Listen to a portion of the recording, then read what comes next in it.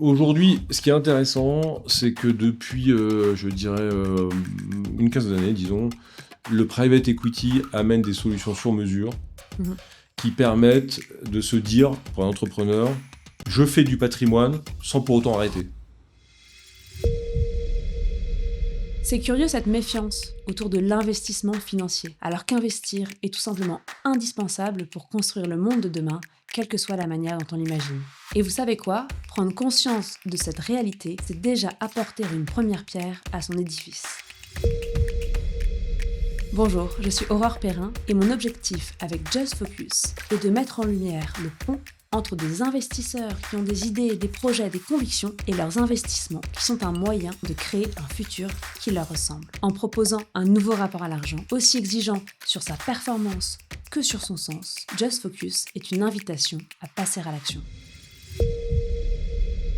Bonjour à tous, aujourd'hui dans Just Focus, on parle de croissance, de cession, de négociation et surtout de ce qui se joue vraiment derrière les grandes opérations financières.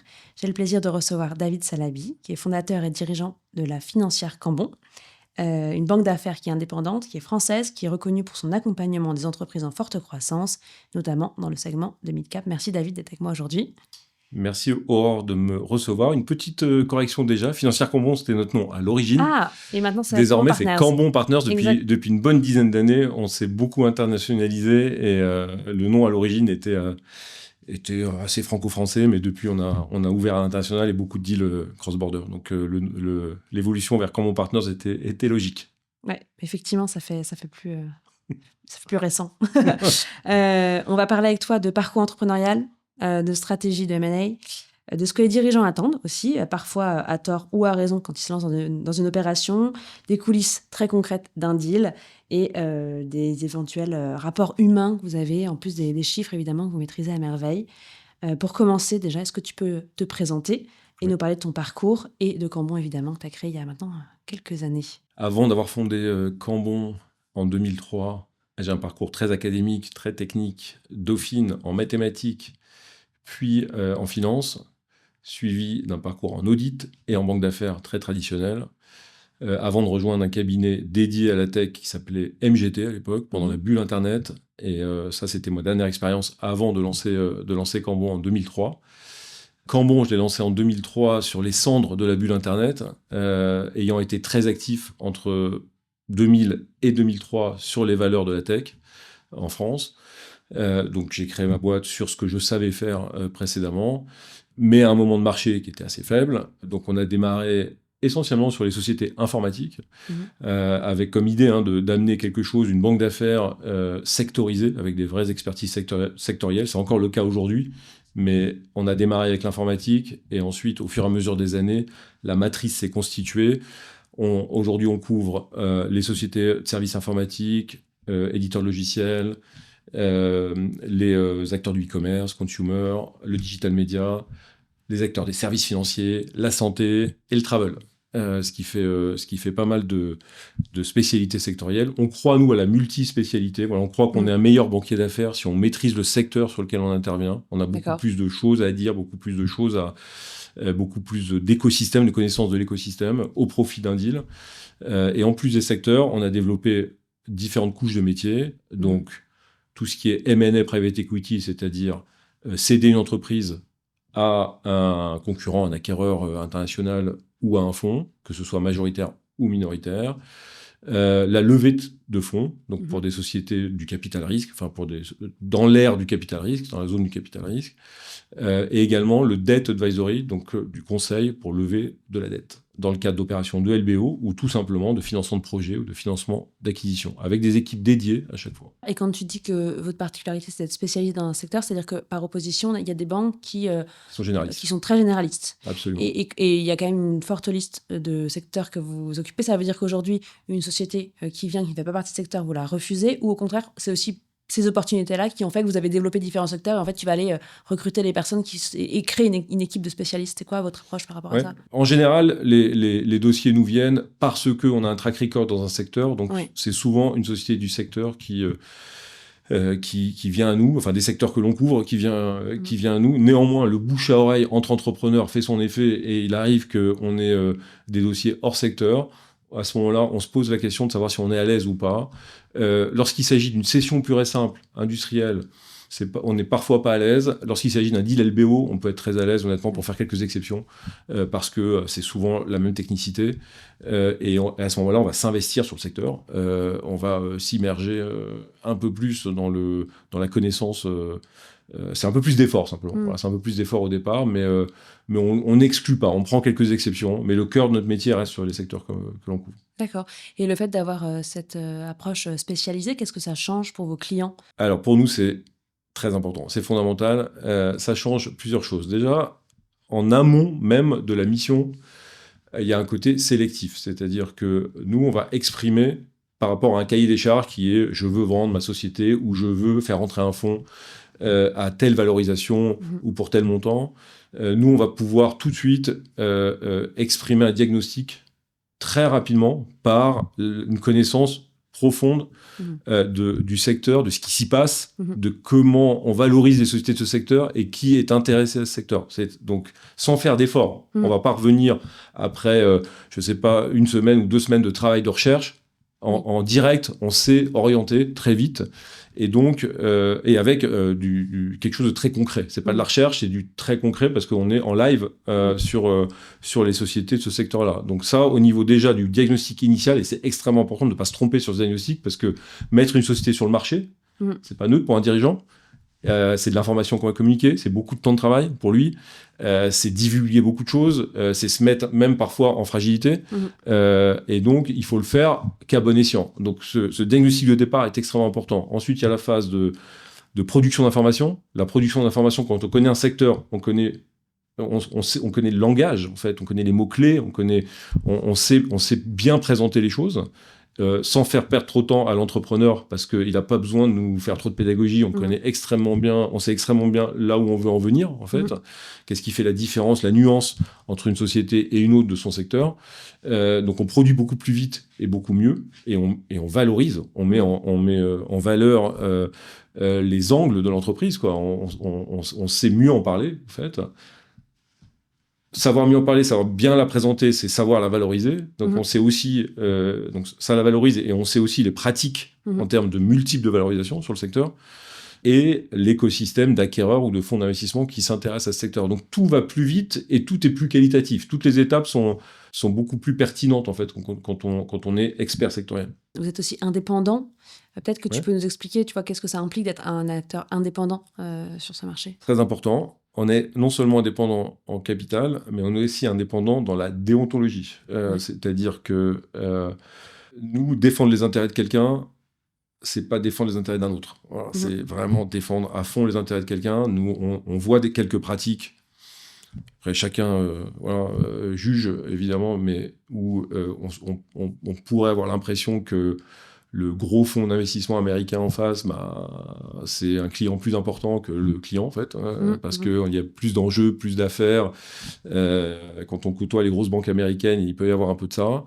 Nous, on ne sont pas de clients. Notre client, c'est l'entrepreneur. On est nous-mêmes entrepreneurs. Et donc, même si les fonds d'investissement sont très puissants, peuvent, je dirais, être aussi des prescripteurs de business pour les banques d'affaires, être indépendant, c'est ne rien attendre de personne et défendre ces cas sans aucun conflit d'intérêt. Voilà, peut-être pour les personnes qui ne connaîtraient pas forcément bien cet écosystème, une banque qui n'est pas indépendante, elle est dépendante de quoi potentiellement?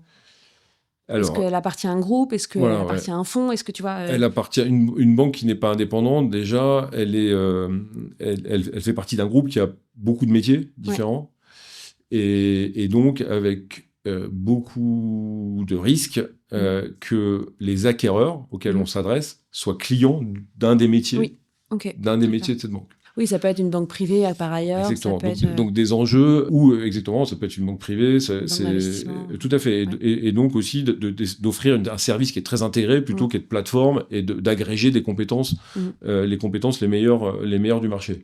Ça, c'est l'aspect groupe, détention capitalistique, donc avec effectivement une gestion des clients, en fait, qui, lorsque un client est aussi un acquéreur, c'est compliqué en fait. Ouais, On bien ne sûr. peut pas aller aussi loin en négociation. Mm. Il y a d'autres services qui vont nous dire, mais attention, il faut respecter, Oui, bien faut sûr. faire très attention dans la façon de leur parler, la façon de les traiter.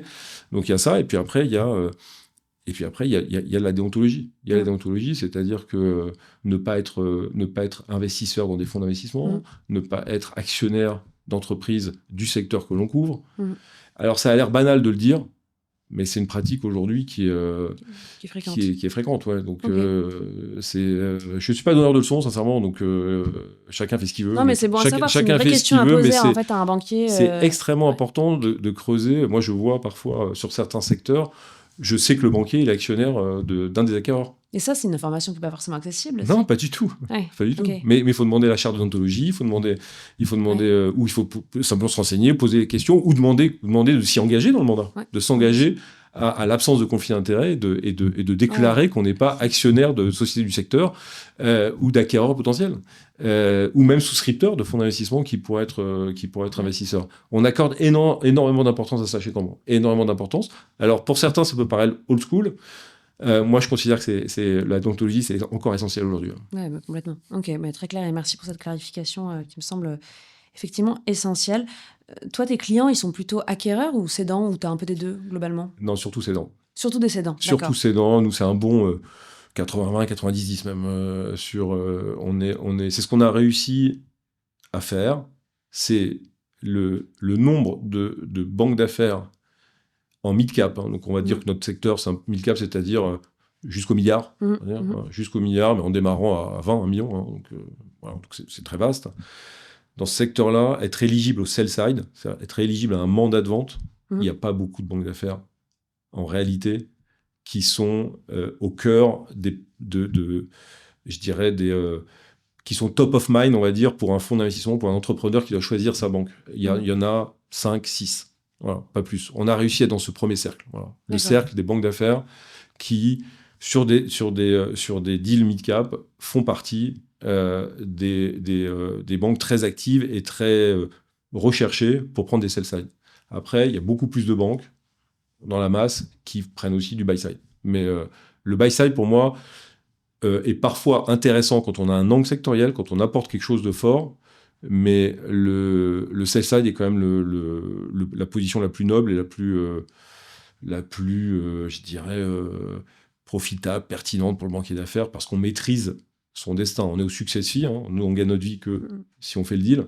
Quand on est vendeur et qu'on a sélectionné le dossier, on maîtrise notre sujet et on va au bout, on gagne notre vie. À l'achat, vous êtes en concurrence avec d'autres acheteurs, donc c'est moins maîtrisable.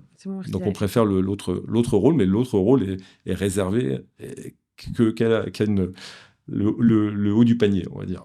Et aujourd'hui, du coup, on va plutôt se concentrer sur les cédants. Ils viennent majoritairement à toi parce qu'ils vous connaissent, ou est-ce que finalement il y a quand même un travail de sourcing qui est important, et à quel moment en fait de la vie d'un entrepreneur vous arrivez, vous en général? Est-ce que vous arrivez plutôt assez tôt, plutôt assez tard? Comment est-ce que vous positionnez? Donc comme je le disais tout à l'heure, on a plusieurs métiers. On a le métier de la levée de fonds et on a le métier du M&A, c'est-à-dire de la cession, major, minot. De façon générale, sur le sourcing, ça vient par le bouche à oreille. Ça vient parce qu'on fait des deals et que on a une chance dans ce métier, c'est qu'un deal, c'est assez médiatisé en fait. Un deal, quand on fait un deal, ça se sait. Il suffit de chercher un petit peu et on trouve sur un secteur donné. Donc, le bouche à oreille fait son effet souvent.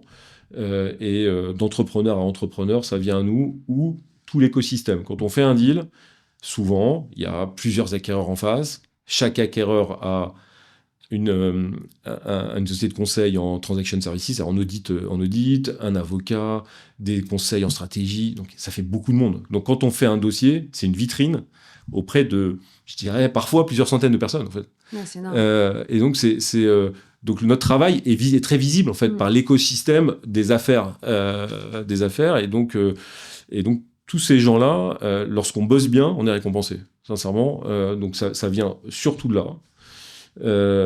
Est-ce qu'on fait de l'appel direct? Pas vraiment. Non. On fait pas de commerce. On est plutôt, on a dimensionné notre équipe pour pouvoir être justement sélectif, plus pour pouvoir être appeler et ensuite sélectionner là où on veut mettre l'accent, là où on veut mettre l'effort, en fait. Voilà, après, on fait toujours du marketing, on fait savoir ce qu'on fait, simplement. Voilà. On fait savoir ce qu'on fait, mais souvent dans des petits events ou des one-to-one, mais pas un site web propre, c'est tout, non, pas beaucoup plus que ça, quoi. Et on intervient dans la vie de l'entrepreneur, on intervient à un moment où soit il a une préoccupation, je dirais, qu'il sait fixer, c'est-à-dire je veux vendre ma boîte avant fin de l'année prochaine, ou je veux faire entrer des fonds, voilà. Soit il a une échéance parce qu'il a déjà un fonds et que l'échéance d'un fonds elle est à peu près connue, en général un fonds investi pour 4-5 ans, soit il a été approché par un acquéreur. Et là, il ne sait pas trop comment s'y prendre. Il ne sait pas s'il ferait pas mieux de mettre en concurrence, d'organiser ce qu'on appelle un process. Voilà. Donc c'est à ces moments-là, soit c'est lui, voilà, c'est dans son calendrier, on va dire, initial, soit c'est provoqué par un événement venu de l'extérieur. C'est souvent à ce moment-là, et dans la vie de l'entreprise, c'est évidemment quand c'est une levée de fonds en capital risque, ça vient plus tôt, évidemment, dans la vie de l'entreprise. Quand c'est un LBO, minoritaire, majoritaire ou une cession, ça vient à tout moment. Sincèrement, on a vendu des boîtes. Moi, l'année dernière, j'ai vendu une société qui avait été créée au 19e siècle. Donc, c'était la 4e génération. C'était la 4e, donc ça arrive. Je vends des sociétés qui ont moins de 10 ans d'existence. Franchement, il y a de tout. Ok, c'est énorme. Et justement, par rapport aux facteurs extérieurs qui peuvent influencer cette décision de cession, moi, je me demandais la place, et puis avec Sapiens, en plus, on fait de l'accompagnement patrimonial, donc c'est une question qui nous préoccupe particulièrement, c'est quoi la place que prennent les enjeux patrimoniaux et personnels du dirigeant dans la décision de vendre? Parce que je sais que, tu vois, les banques justement moins indépendantes ou pas indépendantes, elles vont aussi intégrer cette dimension-là. Et finalement, tu vois, est-ce qu'il y a vraiment des dirigeants d'entreprise qui vendent parce qu'ils ont besoin de cash? Est-ce que, tu vois, au contraire, le fait que de ne pas vendre un montant suffisant, ça peut être un vrai frein à la vente? Et comment est-ce que vous l'appréhendez? Tu vois, n'ayant pas la banque privée derrière qui fait le relais. Aujourd'hui, ce qui est intéressant, c'est que depuis, je dirais, une quinzaine d'années, une vingtaine d'années, une quinzaine d'années, disons, le private equity amène des solutions sur mesure qui permettent de se dire, pour un entrepreneur, je fais du patrimoine sans pour autant arrêter. À une époque, le schéma, c'était de dire, je vends, point barre, et je passe à autre chose, et je fais mon patrimoine comme ça, et après je gère mon patrimoine. Aujourd'hui, le schéma, par exemple, d'OBO, qui consiste à faire entrer... donc, je parle d'OBO avec un fonds en capital, parce qu'il peut aussi y avoir ce qu'on appelle des OBO sponsorless, qui sont que de la dette. Mais si on parle d'OBO avec de la dette et de l'equity, c'est un produit, entre guillemets, que propose le private equity, qui est vraiment sur mesure, minoritaire, majoritaire, avec plus ou moins d'effet de levier, qui permet, par exemple, pour un entrepreneur, je ne sais pas, disons de la quarantaine, donc encore loin de la fin de sa carrière, de prendre une partie de la valeur, avec en plus un montage assez vertueux, tout en continuant, avec sincèrement assez peu de contraintes, voire même l'avantage d'avoir un actionnaire parfois smart, on l'espère. Le parfois, il y a un petit pic pour les fonds de private equity pour les provoquer, mais en réalité, ils sont globalement smart, évidemment. Donc, là, c'est une opération qui est patrimoniale, en fait, qui est, j'ai tous les œufs dans le même panier, toute ma valeur est dans l'entreprise, je fais une opération qui permet de valoriser une partie et de sécuriser une partie, pardon, parce que c'est totalement sécurisé. Et d'un côté, je place cet argent-là avec des gens comme vous, et le reste, je continue la création de valeur sur ma boîte. Donc ça effectivement, c'est le patrimoine qui déclenche. Quoi d'autre? Il peut y avoir des craintes sur la fiscalité qui provoquent de se dire la fiscalité va devenir de pire en pire. Ah oui, ok. Donc je vends okay. et ou partiellement ou totalement, voire même, mon cas c'est malheureux, mais j'envisage de m'expatrier parce que j'y crois plus, c'est de pire en pire, la pression fiscale, etc. Donc ça provoque, c'est ce genre de réflexion patrimoniale, fiscale qui peut provoquer aussi une opération, donc c'est ce que je vois là pour l'instant. D'accord, donc c'est déjà c'est assumé en fait par certains de vos clients qui disent moi j'ai besoin d'argent pour ma vie perso et donc je veux sortir. Et de deux, c'est des discussions qui sont assez ouvertes et que vous prenez en compte dans la décision aussi. Depuis une quinzaine d'années, Intéressant. Parce que j'ai vu cette évolution, parce que la société a quasiment 25 ans. Au départ, ce genre d'opération, les fonds le regardaient avec méfiance, en se disant, mais si je donne, je sais pas, 15, 20, 30 millions au patron de l'entreprise, au fondateur de l'entreprise, mais il va aller à la plage, puis j'ai plus d'emprise sur lui, qu'est-ce qui le motive ? Et en fait, les opérations se sont faites, et le bon équilibre entre ce qu'il a pris et ce qui lui reste à prendre, mais également l'intérêt intellectuel qu'il a pour son entreprise, la loyauté qu'il a pour ses équipes, c'est multifactoriel, en fait. C'est un ensemble de choses qui créent un équilibre.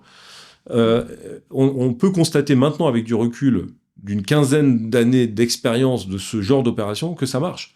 Voire même, ça améliore la performance de l'entrepreneur, parce qu'un entrepreneur dérisqué, patrimonialement, est quelque part plus détendu, évidemment, et enclin à prendre un peu plus de risques.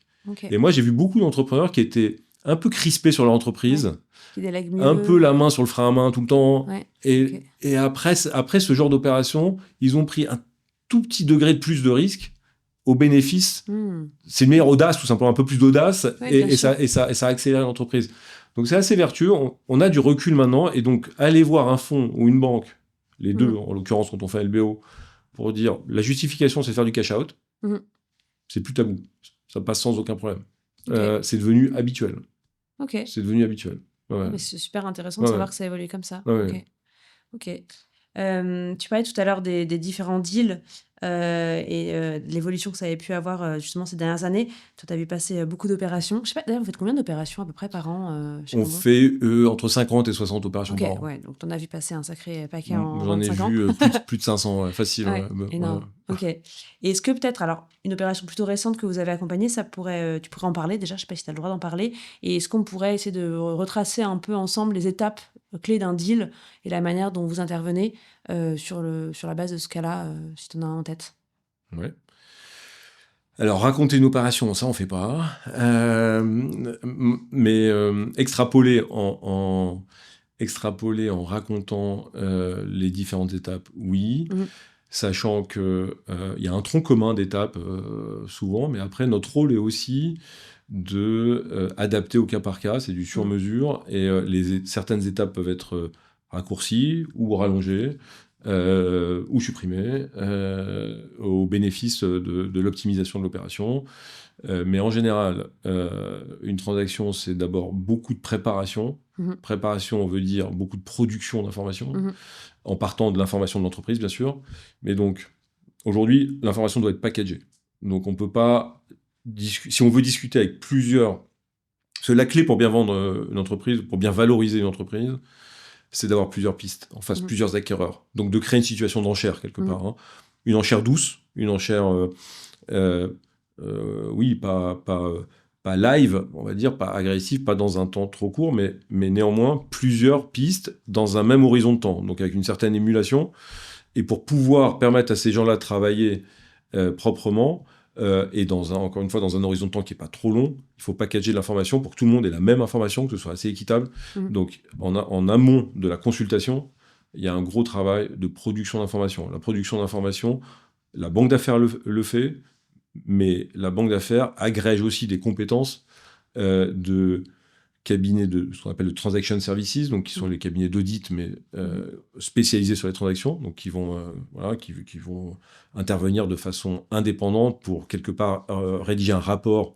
C'est comme un tampon de tiers de confiance. Sur la situation financière de l'entreprise. Situation financière, mais également en la détaillant dans un rapport qui fait plusieurs centaines de pages. C'est-à-dire que c'est la situation, mais c'est aussi tout le détail de façon extrêmement poussée des chiffres, de telle sorte à comprendre vraiment comment la société se développe, par quelle ligne de business, étudier chaque ligne de business, chaque composante du chiffre d'affaires, chaque, je dirais, vivier de rentabilité. Voilà, c'est la comprendre de l'entreprise de façon extrêmement détaillée. Ça, c'est devenu un standard de préparer ça. C'est préparer souvent ce qu'on appelle un data cube, c'est-à-dire beaucoup de data analytique pour permettre aux acquéreurs, aux investisseurs de j'allais dire jouer avec, entre guillemets, c'est-à-dire faire plein de simulations, voilà, en partant d'un niveau analytique assez fin, pour comprendre, par exemple, la fidélité client, le churn, l'évolution quantité-prix, voilà, au fur et à mesure des années, pour pouvoir projeter, en fait. On valorise d'autant mieux une entreprise qu'on l'a bien comprise et qu'on peut projeter les éléments de façon le plus fiable possible. Donc, il faut produire ce genre d'éléments de telle sorte à permettre aux acquéreurs de comprendre et de projeter. Voilà. Donc, on agrège des compétences avec nous et nous-mêmes, on produit de la doc. Et là, il faut travailler les angles de présentation. Donc, c'est une doc qui doit présenter l'entreprise sous ses meilleurs angles, en n'omettant rien, donc, et en ne mentant jamais voilà, sur des situations. Mais en revanche, il y a des façons de présenter les choses. Voilà. Et donc, on travaille beaucoup le flow, la façon de présenter, l'equity story. L'equity story, c'est l'histoire qu'on raconte, les différents atouts de l'entreprise. Voilà, donc ça, c'est la phase de production. Elle est très importante et elle dure souvent plusieurs mois. Et vous portez garant de ce que vous écrivez sur l'entreprise? C'est-à-dire que s'il y a des vices qui sont découverts après l'achat, on peut se retourner contre vous? Ou c'est l'entrepreneur qui porte on n'a pas de garantie contractuelle, ouais, c'est-à-dire qu'on ne signe pas une garantie contractuelle. Ouais. Néanmoins, par le droit commun, si on a fait une faute, si on a fait un préjudice, on est attaquable. Donc, mais après, si l'entrepreneur vous a caché des choses, vous n'êtes pas responsable de ne pas l'avoir vu. Absolument. En revanche, si vous pouvez justifier s'il peut justifier que vous étiez au courant et que vous ne l'avez pas dit, c'est La matière première, elle vient de l'entreprise, évidemment. Oui, donc, si on nous a menti... ou dissimuler, ou améliorer des choses. Enfin, j'imagine que la tentation est tout. Mais on sent les choses. Cela dit, on sent les choses. Et effectivement, on fait très attention à la fiabilité. On est long terme. Dans un marché donné, alors on défend nos cas, on défend nos dossiers évidemment, mais à la loyale. Voilà, on ne change pas les choses sont telles qu'elles sont. En revanche, on peut les raconter sous certains angles. C'est complètement différent. Et ça arrive souvent que vous arriviez avec un projet qui a l'air vraiment top, et en fait, en creusant, vous vous rendez compte que ça tient pas vraiment la route. Et enfin, à quelle fréquence ça peut arriver et quel comportement vous avez dans ce cas-là? Vous les envoyez en mode, en fait, on peut pas vendre. Ou vous allez les aider à combler. Ça, c'est. Il arrive parfois que l'entrepreneur nous raconte une histoire qui n'est pas tout à fait celle qu'on découvre. Alors, le cas le plus courant, c'est que les chiffres ne sont pas au rendez-vous. C'est-à-dire que on se dit... Tu as forcément envie de gonfler le truc, en fait. T'arrives... Alors là, il y a bien un conseil à donner aux entrepreneurs, c'est il faut avoir une juste évaluation des choses. Ça sert à rien de... La survente, ça marche jamais, en fait. On vend pas bien quand on en survente. On vend mieux quand on démarre, on va dire, en plus profil bas, plus réaliste. Et là, on peut optimiser nettement et être au-delà des expectations, au-delà des espérances.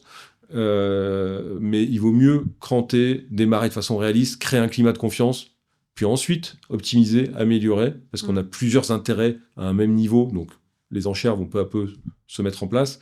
Mais être tout de suite en arrogance, en survente, en surévaluation de soi-même, c'est compliqué. Donc on a des cas, effectivement, on nous raconte des trucs, je sais pas, on se retrouve, on démarre au mois de septembre, et puis peu à peu l'atterrissage de l'exercice arrive, et on est 30% en dessous des chiffres prévus. C'est compliqué.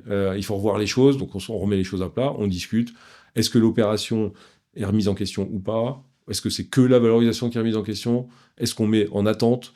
Voilà, mais on force pas. Voilà, on force pas. On n'aime pas être poussif sur un marché. On aime que les choses glissent très bien et de façon qualitative. Donc, pour reprendre les étapes, production au départ, d'information. Deuxième phase, et tout ça vient s'imbriquer. Hein, c'est pas nécessairement séquentiel. C'est là où on doit être très fin dans le. C'est pas une chose après l'autre. Ça peut aussi s'imbriquer. C'est approche du marché, donc approche des différents investisseurs, acquéreurs. Voilà. De plus en plus, maintenant, les investisseurs s'y prennent très tôt. Ils sont au courant assez vite des dossiers qui vont circuler. Ils sont au courant des mois avant que ça démarre. Donc, il faut savoir très vite les mettre sur orbite, très vite savoir parler de nos sujets, d'où l'expertise sectorielle qui est très importante.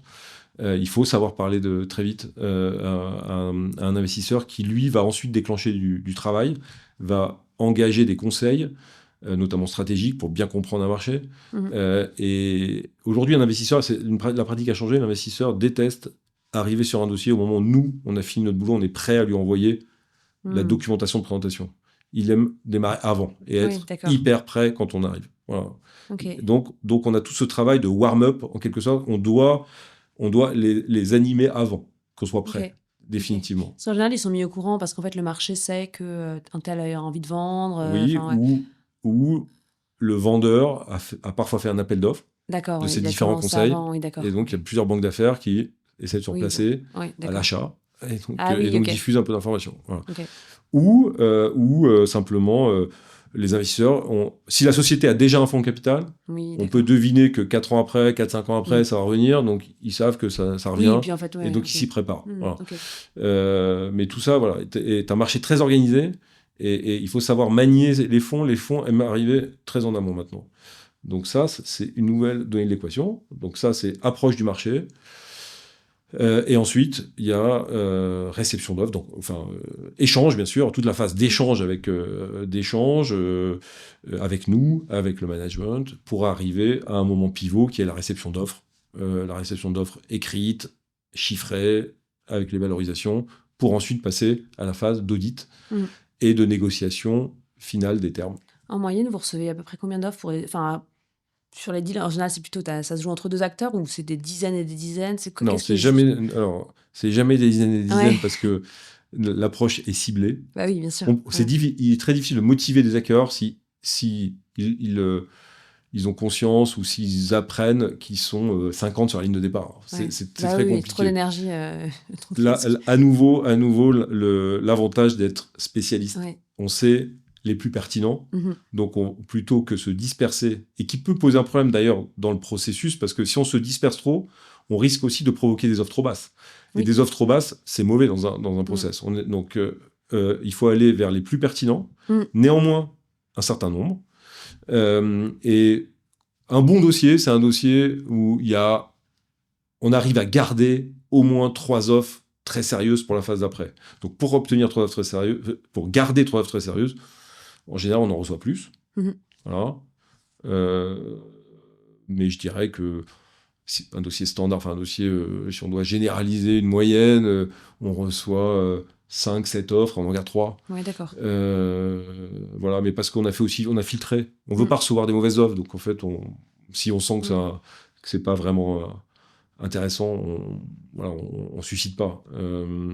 Après, il y a plein de cas différents. Il y a des cas de sociétés. Là, je décrivais un cas moyen, une société désirable qui marche bien. Après, il y a des cas plus compliqués, des secteurs plus difficiles, où on est content quand on a 2 offres. Et voilà. Et il arrive aussi parfois qu'on n'en ait qu'une et on gère la situation. Et l'entrepreneur, il a son mot à dire assez vite dans le choix des offres. Tu vois, est-ce que vous lui donnez toute la liste des offres et puis vous faites le tri avec lui, ou est-ce que de vous-même, vous écartez des gens Ah non, nous, on fait aucune rétention. Ouais, d'accord. Nous, on se met jamais à la place du décideur. D'accord. Nous, on est une aide à la décision. Ouais. Nous, on livre un deal, mais on amène des options avant de le livrer. Ces options-là, on les débat, il n'y a aucune rétention, c'est instantanément transmis à nos clients, et on discute ensemble de la stratégie, d'autant qu'il n'y a pas que le prix. Le projet est important aussi. Il est aujourd'hui assez rare qu'on vende son entreprise et qu'on la quitte du jour au lendemain, donc le projet pour soi et pour ses équipes est très important. Donc voilà, il y a beaucoup de paramètres à discuter. Nous, on se permet pas de décider à la place et d'écarter ou de retenir. Il y a eu des périodes, alors je crois qu'on en a un peu sorti, mais où les valorisations étaient extrêmement élevées. Aujourd'hui, on entend plutôt que les valorisations sont plus raisonnables ou réalistes, je sais pas. Vous, c'est un travail de pédagogie que vous devez systématiquement faire, de revoir à la baisse en fait les attentes d'un dirigeant qui sont irréalistes, ou finalement pas tant que ça?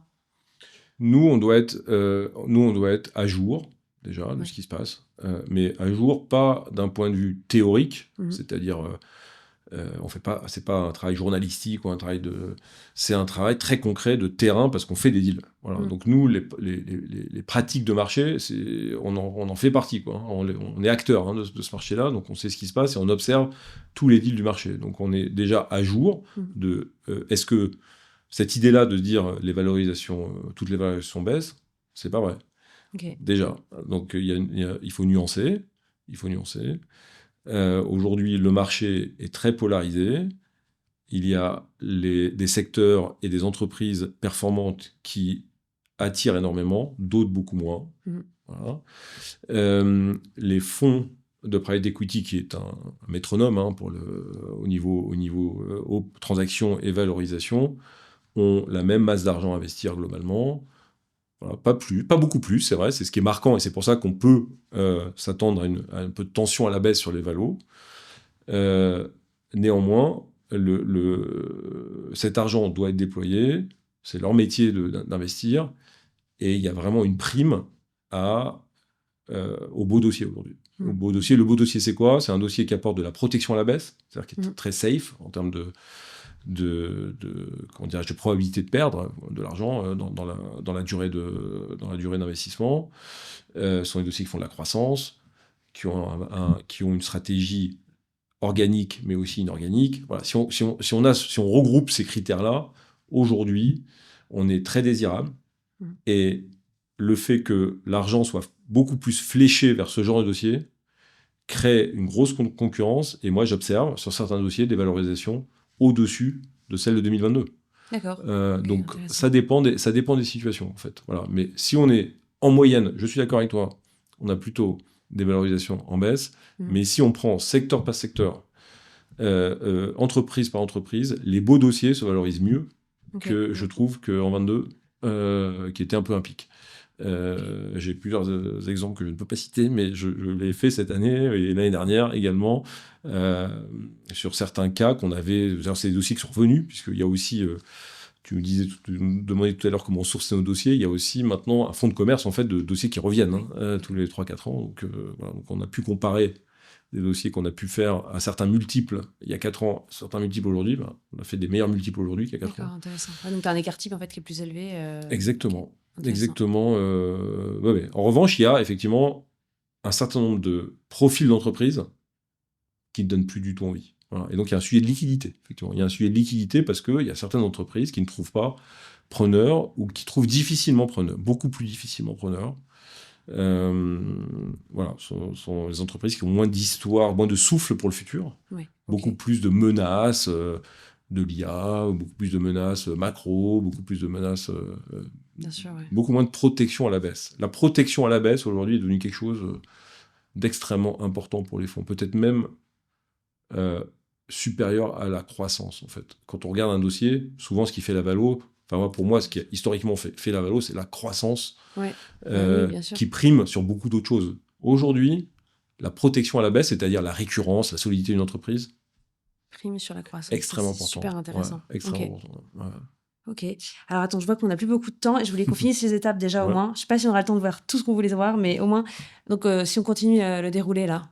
Le déroulé des étapes, non, on a à peu près fini. Donc, production, approche du marché, échange, réception d'offres, phase de due diligence. Et après, tu as la négociation. Négociation finale des termes, effectivement. Mais là, alors, la meilleure façon de négocier, elle est très simple, c'est de garder, mettons qu'on garde 3 offres en phase 2, en phase de due diligence, c'est de négocier en parallèle.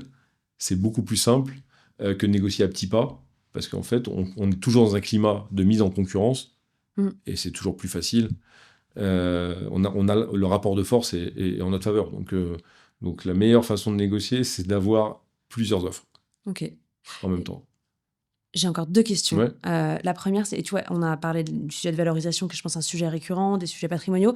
Est-ce qu'il y a d'autres malentendus ou d'autres attentes qui sont récurrents, des questions qui sont tout le temps posées par les entrepreneurs qu'on n'a pas du tout abordées et dont tu avais envie de parler là?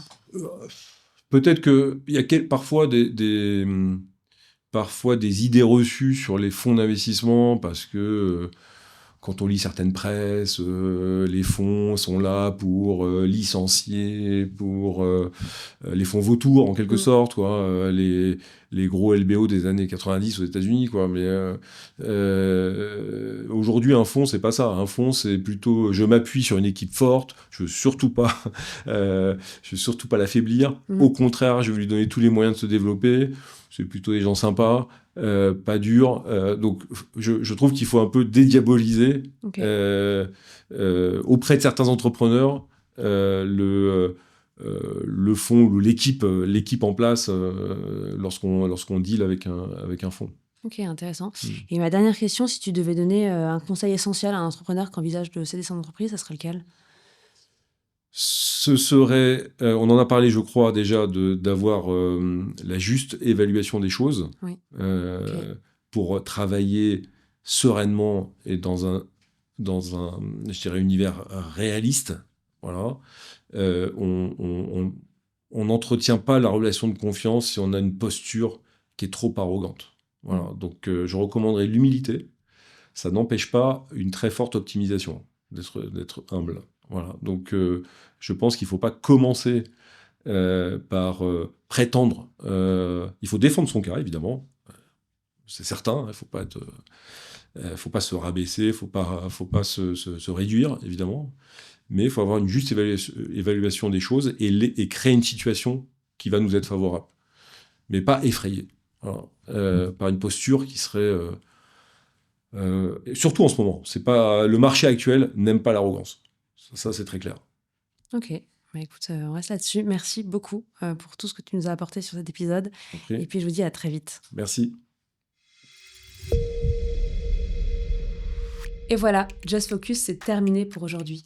Un grand merci à Sapiens qui a rendu possible sa réalisation. Si vous voulez faire le point sur votre situation patrimoniale ou découvrir la sélection exclusive de Sapiens, rendez-vous sur sapiens.com. Vous pourrez parcourir leur offre en autonomie ou prendre rendez-vous avec un family officer pour bénéficier d'un accompagnement personnalisé et sur mesure. Si cet épisode vous a plu et que vous souhaitez le soutenir, il existe plusieurs manières de le faire. C'est archi simple pour vous et ça change vraiment la donne pour nous. Première chose, vous pouvez en parler autour de vous et le partager largement sur les réseaux sociaux. Deuxièmement, vous pouvez laisser un commentaire 5 étoiles sur Apple Podcast et bien sûr, abonnez-vous pour ne pas manquer les prochains épisodes. À très vite.